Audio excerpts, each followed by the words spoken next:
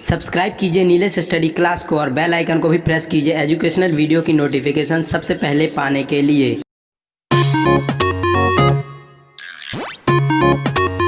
Again in your YouTube channel Nilesh study class. स्वागत है दोस्तों आपका अपने YouTube channel Nilesh study class में। दोस्तों आज का ये जो वीडियो लेक्चर है ये हमारा सेकंड वीडियो लेक्चर है जो कि साइंस से रिलेटेड है और आपके लिए बहुत इंपॉर्टेंट जानकारी लेकर आए हैं हम इस वीडियो में। तो बने रहिए नीलेश स्टडी क्लास के साथ क्योंकि वीडियो होने वाली है बहुत खास। दोस्तों आज की वीडियो में हम बात करेंगे जो पदार्थ होता है पदार्थ के बारे में हम बात करेंगे कि पदार्थ होता क्या है, इसके बारे में हम संपूर्ण जानकारी प्राप्त कर पाएंगे। और पदार्थ के साथ ही हम पदार्थ की तीनों अवस्थाएं ठोस, द्रव, गैस, इन तीनों का भी विस्तार से अध्ययन करेंगे। तो बने रहिए नीलेश स्टडी क्लास के साथ। तो चलिए दोस्तों वीडियो शुरू करते हैं। तो देखिए हमारा फर्स्ट सबसे पहले डेफिनेशन है पदार्थ क्या है।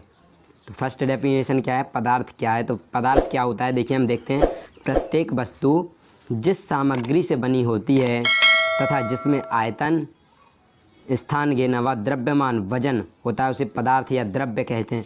क्या होता है देखिए पदार्थ, तो ऐसा पदार्थ यानी देखिए पदार्थ की डेफिनेशन ले रहे हैं। तो ऐसी वस्तु जिसमें आयतन हो और द्रव्यमान यानी वजन हो, यानी आयतन होगा तो वो स्थान घेरेगा। देखिए ये आयतन और स्थान एक ही बात है।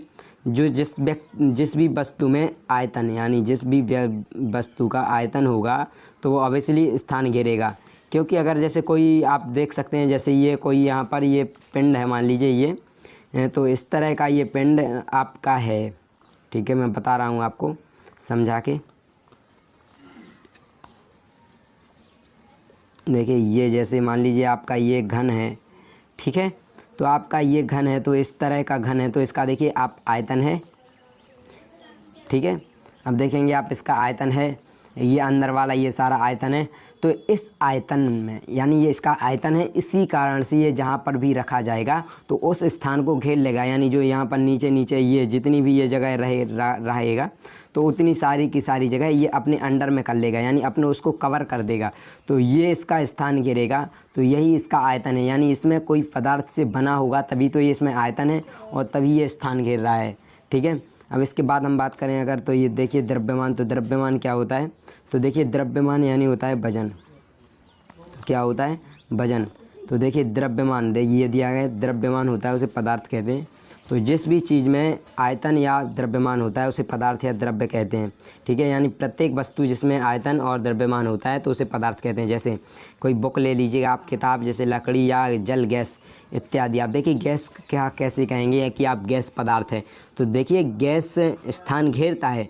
अगर आप किसी गुब्बारे में भर रहे हैं तो वो उस गुब्बारे को फुला देगा, यानी वो अपना स्थान घेरेगा। जितनी आप गैस भरेंगे उतनी आप वो उसमें स्थान ज़्यादा जाएगा। और द्रव्यमान यानी आप गैस को वेट भी कर सकते हैं, उसको आप माप भी सकते हैं। तो कितना गैस का वेट है ये आप देख सकते हैं। अब देखते हैं हम पदार्थ की विशेषताएं। तो पदार्थ की विशेषताएं क्या हैं, तो पदार्थ की देखिए हमारे यहाँ से हिसाब से 6 विशेषताएं। अब 6 विशेषताएं कौन कौन सी हैं, तो फर्स्ट विशेषता है इसकी पदार्थ स्थान घेरता है। देखिए ये तो उसका डेफिनेशन ही है, पदार्थ स्थान घेरता है अर्थात पदार्थ का आयतन होता है, ठीक है। अब बात करें हम इसकी कि पदार्थ का सेकंड, अब हम बात करते हैं इसके सेकंड डेफिनेशन यानी सेकंड विशेषता, यानी इसका सेकंड विशेषता कौन सी है, तो सेकंड विशेषता है पदार्थ में द्रव्यमान या भार या आप कह सकते हैं वजन पाया जाता है। देखिए पदार्थ की मैंने जो आपको ऊपर यहाँ पर देखा होता है तो यही इसकी डेफिनेशन है। ये देखिए आप यहाँ पर पदार्थ जिसमें आयतन और द्रव्यमान होता है उसे पदार्थ कहते हैं। तो इसी तरह से आप यहाँ पर देख सकते हैं कि ये जो पदार्थ की विशेषता हैं उसमें भी यही कहा जा रहा है कि पदार्थ स्थान घेरता है, यानी उसमें आयतन होता है और पदार्थ में द्रव्यमान पाया जाता है। अब देखिए थर्ड नंबर पर हम देखें तो पदार्थ छोटे छोटे कणों से मिलकर बना होता है। यानी जो पदार्थ है, मैटर है, वो छोटे छोटे पदार्थों कणों से मिलकर बना होता है। ऑब्वियसली आप जान सकते हैं कि अगर हम किसी भी कोई भी चीज़ ले लें, यानी कि जो आपको लगे कि हाँ ये अपना स्थान घेरेगा, जैसे आप मान सकते हैं यहाँ पर ये, आप यहाँ पर ये, इस तरह का कोई मैंने जो अभी आपको एक स्ट्रक्चर बना के बताया था कि जो घनाभ होता है या घन होता है, तो आप देख सकते हैं कि वो जितना बड़ा होगा यानी वो उतने छोटे छोटे कणों से मिलकर, कोई भी पदार्थ हो आप उसको देख सकते हैं सभी छोटे छोटे कणों से मिलकर बना होता है। आप जिस तरह से ये देखिए, मैं यहाँ पर ये स्ट्रक्चर बना दिया है ये, तो ये छोटे छोटे कणों से, यानी कि कितने, लगभग इतने छोटे छोटे कणों से, इतने छोटे छोटे, यानी ये घन इतने छोटे छोटे घन से मिलकर बना है। यानी इसका टुकड़ा इतना, अब ये टुकड़ा ले लें हम, ये टुकड़ा ले लें, यानी आप जितने भी टुकड़े, तो इतने छोटे छोटे टुकड़ों से मिलकर ये इतना बड़ा घन बना है। तो इसमें क्या होता है, छोटे छोटे कणों से मिलकर बना होता है। ठीक है, अब बात करें 4th नंबर पर, तो 4th नंबर पर दिया गया है पदार्थ के कणों के बीच रिक्त स्थान पाया जाता है। देखिए, पदार्थ के कणों के बीच रिक्त स्थान पाया जाता है। देखिए, आप ये जान सकते हैं कि रिक्त स्थान पाया जाता है, किसी के अंदर छोटा होता है, किसी के अंदर बड़ा होता है। तो ये पदार्थ की हमारी चौथी विशेषता हो गई। बात करें 5वीं विशेषता, तो 5वीं विशेषता है कि पदार्थ के कण निरंतर गतिशील रहते हैं। तो देखिए, पदार्थ के कण निरंतर गतिशील होते हैं। अब देखिए, आगे मैं आपको ठोस, द्रव, गैस इनमें बताऊंगा, तो उसमें आपको ये अच्छे से समझ में आ जाएगा कि पदार्थ के कण निरंतर किस प्रकार से गतिशील होते हैं। अब हम 6 नंबर पर यहाँ पर विशेषता की बात करें, तो 6 पर है पदार्थ के कण एक दूसरे को आकर्षित करते हैं। देखिए, अब आकर्षित करने का क्या तात्पर्य है, आकर्षित करते हैं तभी वो एक जगह बंद कर रहते हैं, वरना यहाँ से यहाँ कहीं भी जा सकते हैं। ठीक है, अब हम बात करते हैं पदार्थ की भौतिक अवस्थाएं। तो देखेंगे अब हम पदार्थ की भौतिक अवस्थाएं, यानी कि पदार्थ की कितनी अवस्थाएं होती हैं। तो देखते हैं हम, पदार्थ की मुख्य रूप से 3 भौतिक अवस्थाएं होती हैं। कितनी? 3। तो देखिए 3 कौन कौन सी हैं। देखिए, फर्स्ट पर है हमारी ठोस अवस्था, सेकंड पर है द्रव अवस्था और थर्ड पर है गैस अवस्था। यानी देखिए, ये सॉलिड फॉर्म, लिक्विड फॉर्म और ये गैसेस फॉर्म, यानी ये तीनों फॉर्म्स में हैं। तो अब हम बात करेंगे इसमें फर्स्ट, यानी अपनी जो सॉलिड फॉर्म होती है, यानी ठोस अवस्था होती है, इसकी हम बात करते हैं। ठीक है, तो देखते हैं हम फर्स्ट, यानी सॉलिड अवस्था। ठोस अवस्था यानी पदार्थ की जिस अवस्था में आकृति तथा आयतन दोनों निश्चित होते हैं उसे ठोस पदार्थ कहते हैं। यानी कि जो उसका आकृति होती है और उसका आयतन, वॉल्यूम, आकृति को आप कह सकते हैं, यानी पदार्थ का जो शेप और वॉल्यूम दोनों होता है तो वो निश्चित होता है, उसे हम ठोस कहते हैं। जैसे कॉपी, पेन, ईंट, पत्थर, यानी ये आप जितने भी आप देखते हैं जिनका स्ट्रक्चर एक निश्चित होता है तो वो होता है ठोस। अब देखेंगे हम ठोस की विशेषताएं। तो ठोस की विशेषताओं में क्या है, फर्स्ट पर, तो ठोस की आकृति व आयतन दोनों निश्चित होता है, ये आपने इसकी डेफिनेशन में देख लिया। अब देखेंगे सेकंड पर है ठोस पदार्थ प्रायः कठोर होते हैं। देखेंगे आप, जितने भी ठोस पदार्थ होते हैं वो लगभग क्या होते ही हैं सभी। यहाँ पर देखिए, यहाँ पर ए की मात्रा आनी थी, तो सभी पदार्थ ठोस होते हैं।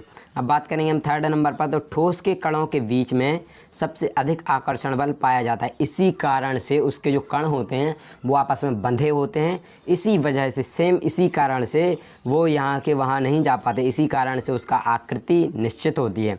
हम बात करें 4th नंबर पर, तो ठोस पदार्थ के कणों के बीच बहुत कम रिक्त स्थान पाया जाता है। आप इन दोनों में देखिए, तीसरे और चौथे में एक कनेक्शन है। कनेक्शन ये है कि जिसके बीच में सबसे ज़्यादा आकर्षण बल होगा, यानी वो कण एक दूसरे को सबसे अधिक पास में खींचेंगे, तो उन्हीं के बीच में रिक्त स्थान बहुत कम होगा, क्योंकि जो पास में होगा उनके बीच ही तो ज़्यादा आकर्षण होगा। और 5th नंबर पर हम बात करें, तो ठोस सबसे अधिक स्थायी संरचना बनाते हैं। यानी कि ठोस पदार्थ जो आकर्षण बल होता है उसके कारण आपस में बंध जाते हैं, इसी वजह से वो एक स्थायी संरचना बना लेते हैं। हम बात करते हैं सेकंड, यानी हमारी जो सेकंड फॉर्म थी, यानी लिक्विड फॉर्म। अब लिक्विड फॉर्म में क्या होती है, तो पदार्थ की जिस अवस्था में आयतन तो निश्चित होता है, यानी उसका वॉल्यूम निश्चित है, परंतु आकृति अनिश्चित होती है। यानी कि द्रव, यानी आप समझते होंगे कि जैसे अब इसका उदाहरण देख लेंगे आप, जल, तेल, पेट्रोल, यानी आप इसको जिस भी बर्तन में रख देंगे, यानी आप इसको जिस शेप में, यानी जिस आकृति में आप ढालना चाहेंगे उस आकृति में बना सकते हैं, लेकिन इसका वॉल्यूम वही रहेगा। मान लीजिए आपने 1 लीटर दूध ले लिया, यहाँ पर ये दिया गया है 1 लीटर दूध ले लिया, अगर आपने बॉटल में भरा तो वो बॉटल के शेप का हो जाएगा, अगर आपने उसे गिलास में भर दिया तो गिलास के शेप का, अगर आपने उसे थाली में डाल दिया तो थाली का शेप ले लेगा, लेकिन उसका वॉल्यूम तो वही रहेगा ना, 1 लीटर। तो ये हमारी लिक्विड फॉर्म है।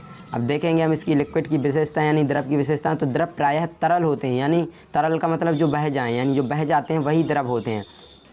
सेकंड नंबर पर है द्रव के कणों के बीच ठोस की अपेक्षा आकर्षण बल कम पाया जाता है। देखिए यहाँ पर ये गलत हो गया है, तो द्रव के कणों के बीच ठोसों की अपेक्षा आकर्षण बल कम पाया जाता है, यानी कि ठोस की अपेक्षा कम है, यानी ठोस में आकर्षण बल ज़्यादा होता है, द्रव में कम होता है। और जो गैस होता है उसमें और सबसे कम होता है। थर्ड नंबर पर हम बात करें तो द्रव के कणों के बीच ठोसों की अपेक्षा ज़्यादा रिक्त स्थान पाया जाता है। देखिए आकर्षण बल कम होगा तो ऑब्वियसली ये जो रिक्त स्थान है वो ज़्यादा होगा। हम बात करें फोर्थ नंबर पर तो द्रव का आयतन निश्चित व आकृति अनिश्चित होती है। देखिए द्रव का आयतन निश्चित, ये हमने डेफिनेशन में देखा था यहाँ पर कि द्रव का आयतन तो निश्चित होता है परंतु आकृति अनिश्चित होती है, उसे हम द्रव कहते हैं। तो यही इसमें दिया गया है कि द्रव का आयतन निश्चित व आकृति अनिश्चित होती है। हम फिफ्थ नंबर पर बात करें तो यह ठोस की अपेक्षा कम स्थायी होते हैं, यानी कि ठोस ज़्यादा स्थायी होता है, द्रव कम होता है। अब हम थर्ड नंबर पर अपनी फॉर्म्स की बात करें तो यह गैस फॉर्म यानी गैसीय अवस्था। गैसीय अवस्था क्या होती है? तो पदार्थ की जिस अवस्था में आयतन व आकृति दोनों अनिश्चित होते हैं उसे पदार्थ की गैस अवस्था कहते हैं। यानी ना गैसीय अवस्था में ना आयतन निश्चित होता है और ना आकृति निश्चित होती, दोनों ही अनिश्चित होते हैं। तो इसे हम क्या कहते हैं? यानी जो पदार्थ की गैसीय अवस्था, गैसेस फॉर्म। अब हम बात करें गैस की विशेषता, तो गैस की विशेषताएं देखेंगे हम। तो गैस की विशेषताओं में फर्स्ट है आयतन व आकृति दोनों अनिश्चित पाए जाते हैं, ये हमने डेफिनेशन में देख लिया।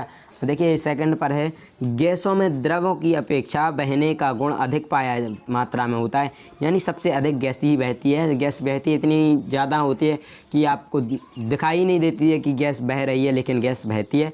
अब थर्ड नंबर पर हम बात करें तो गैसों के कणों के बीच आकर्षण बल बहुत कम मात्रा में पाया जाता है, यानी पाया तो जाता है, हमें मना भी नहीं कर सकते कि बिल्कुल नहीं पाया जाता, लेकिन ठोस और द्रव की अपेक्षा बहुत कम पाया जाता है। हम फोर्थ नंबर पर बात करें तो गैसों के कणों के बीच सबसे अधिक रिक्त स्थान पाया जाता है, यानी रिक्त स्थान अधिक होता है।